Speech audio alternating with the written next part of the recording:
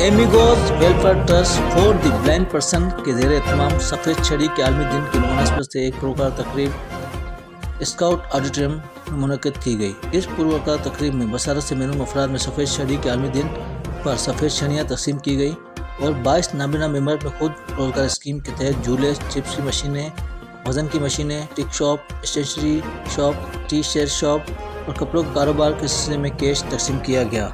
इस पुरवकार प्रोग्राम के मेहमान खुसूसी एजुकेशनर सर अनवर चिश्ती थे।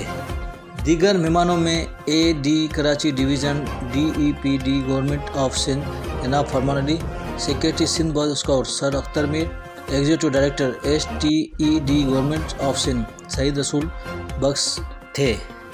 इस मौके पर एमिगोज वेलफेयर ट्रस्ट के सदर और मारूफ समाजी कारकुन अनु मसीब ने प्रोग्राम में शरीक होने वाले तमाम मेहमानों ग्रामी डोनर्स, जर्नलिस्ट और ट्रस्ट के मेंबरान का शुक्रिया अदा करते हुए कहा कि महंगाई में पिसे हुए इन खुसूसी अफराद को मौका फराहम करें।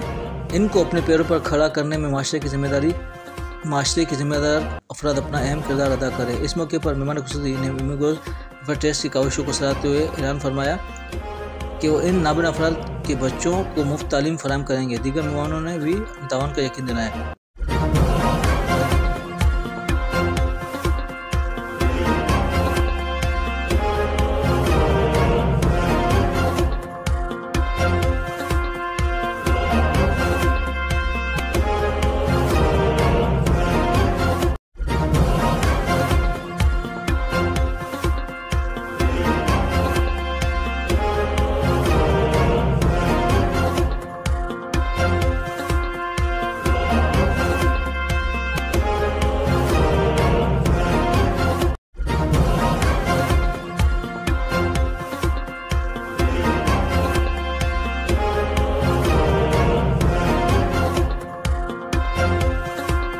दिन की निस्बत से मनाया गया था।